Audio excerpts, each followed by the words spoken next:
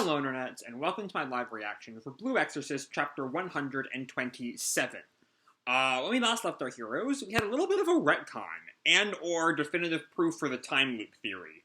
As we saw the crash of the Dominus Liminis again, but this time featuring a scene after Rin lands, before Yukio wakes up, where he tames his demon self and his hair turns black again. Then we see the same Rin and Yukio scene play out, and their fight gets going again, a lot more petty than before. There's much smaller stakes, which is really fun, as they're just kind of having a brotherly spat in this very heightened environment. As Rin learns about Yukio's many suicide attempts, and demands to know why Yukio never turned to him, and Yukio's like, that's ridiculous, and also, you never turned to me either. That's kind of where we left off, with them just kind of bitching at each other. So let's jump right on into Chapter 127, Of One Cloth, Thaw.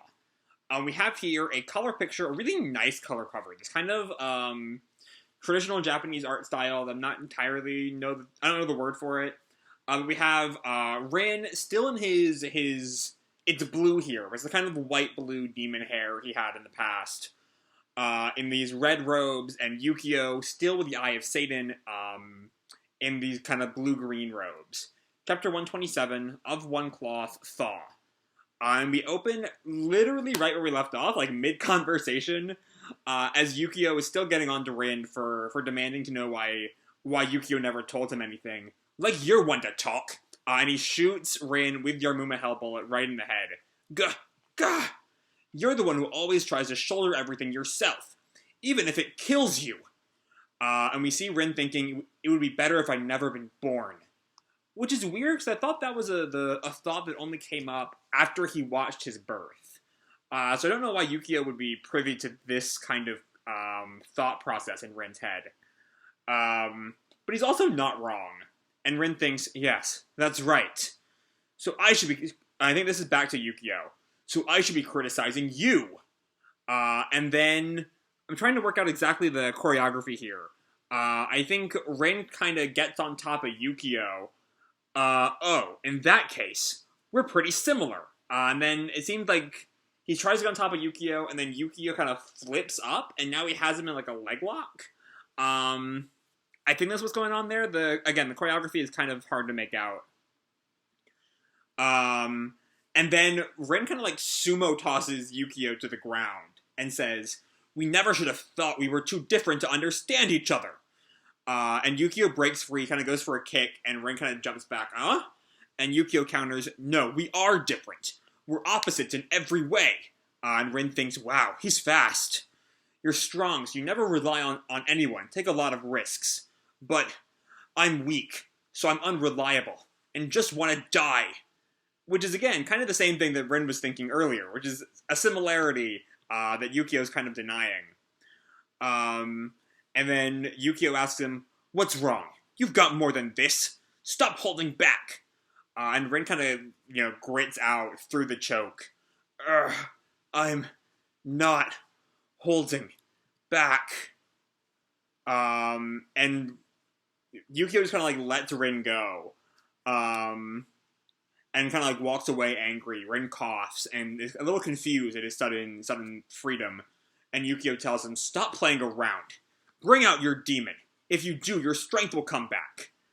And Rin gets up. No. If I do that, then I've lost. Besides, I enjoy fighting on even terms. Isn't this what you wanted too? And Yukio gets mad. I just wanted to remove all distractions. Which is weird, because last chapter, when Yukio shot him with Yarmuma Hell bullets and weakened him, that was his goal, was to fight on even terms. And now he's kind of mad about that? I'm not entirely sure I follow.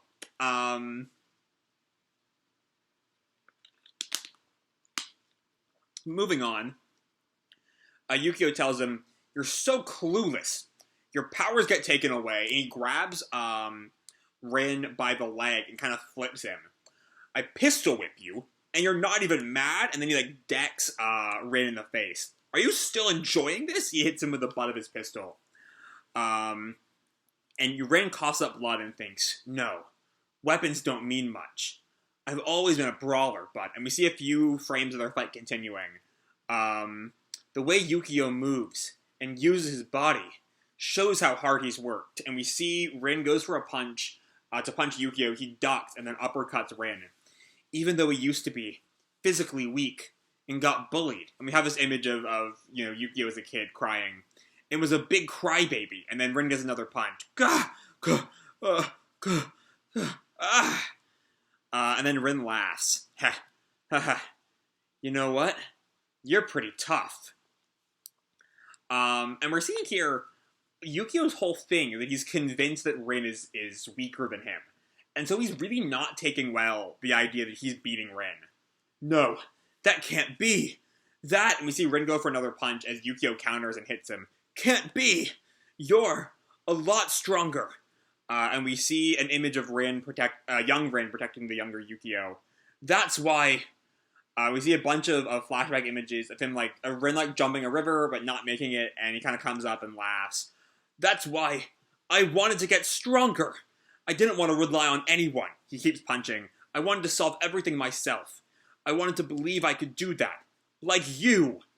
We really are seeing here, despite Yukio's denials of the similarities between him and Rin, they really are identical in this regard. And we see more of Yukio's thoughts. I was always frustrated, and I hated myself for being weak and small. It was juvenile self-loathing. And we see an image of him in the past, and also Toto, which makes this, I'm pretty sure this is directly an image of him in the Kyoto arc. And I couldn't stay like that forever. I understand that rationally. And then Rin tries to say, Yukio, but I can't get past it. And we can, see the tears streaming past Yukio as he admits that, his whole self-hatred was just, childish. But he's still holding on to it. And Rin responds, I finally... and Yukio goes for the pistol whip again. Understand you! And Rin seems to get out of the way, only to get hit with the pistol again. And we see, the blood come out of Rin's face, because of the impact. And then Rin just decks him. Hard. Full-on 2-page spread here. And, there's this pause in the fight, as Rin grabs Yukio's arm, and just, holds on to him. Head to his chest, in a much more tender moment than they've had in a long time. And Yukio's just openly weeping now, and he holds his head to the sky. I can't stand it. I didn't want to cry like this. It's like we're kids again. And Rin looks up at him. What are you talking about? Look at me. You're already strong. And then Yukio continues, my obsession with world crises, the Order, and Father Fujimoto, and the circumstances of our birth. It was all an excuse to hide my weakness, and I hurt others, so I can't forgive myself. So yeah, we're seeing, this is the titular thought, it looks like, that the chapter title refers to. Their relationship that's been so icy, has now beginning to thaw, as they're just finally honest with each other. Do you really think I can keep living like this? And Rin grabs his head. Yes, that's what I want you to do. That is a great page, and if it were not such a vertical thing, that would be the chapter. That would be the video thumbnail right then and there. Yeah, that's a great page. Really. If I'm strong, it's because I had you. And Yukio just looks at him, completely stunned. And Rin just, I think, goes unconscious and falls over. And falls into they've been on this little, very tiny ledge, very tiny, beam. And he falls off the beam into the wreckage below. And Yukio watches him and drops his pistols and grabs Rin. And we see him, holding on. We can even see how much effort it's taken from, the veins in his hands, as he holds up Rin. And if I got stronger, it's because of you. Next chapter hits January 6th. Okay. Um, this was great. This is just the resolution to this conflict we've needed for months, if not years now. As the two of them just really finally can get down and hash out their issues, and I think I made jokes about how low the stakes were. How there's no threat, there's no Satan coming back, it's just the two of them and their issues. And I think they needed that. I think to really, like back on the airship, Yukio could just say, "We have to do this so that Satan can't get out. Kill me, no more Satan. Boom, world safe." But now that that's gone for the moment, they just are kind of stripped away of all of everything else going on, and it's just the two of them. There's nothing else. There's importantly no other characters in this chapter besides the twins. No Demon Rin, no quick shot of Team Lewin. It's just the two of them and their issues. Finally playing out. It's, an incredibly violent therapy session. And it works. It works really well. It's the kind of therapy session that, like, would only work in a shonen manga, and yet it really works in a shonen manga. And yeah. Also, this gives some meaning to the title of One Cloth in the end. That, like, I never quite, I hadn't quite worked out why the titles of One Cloth, much like SSC, where I never figured out why it was called SSC. But as Rin points out early in the chapter, we never should have thought we were too different to understand each other. We're pretty similar. Is the earlier line. They are cut from the same cloth. And this is their big thaw, which means this might be the end of One Cloth. We might move into a different chapter title starting next month. But this is just, I wouldn't quite put this chapter on the level of Rin's final conversation with Fujimoto at the end of SSC, but, like, this is, if not that high, right below it.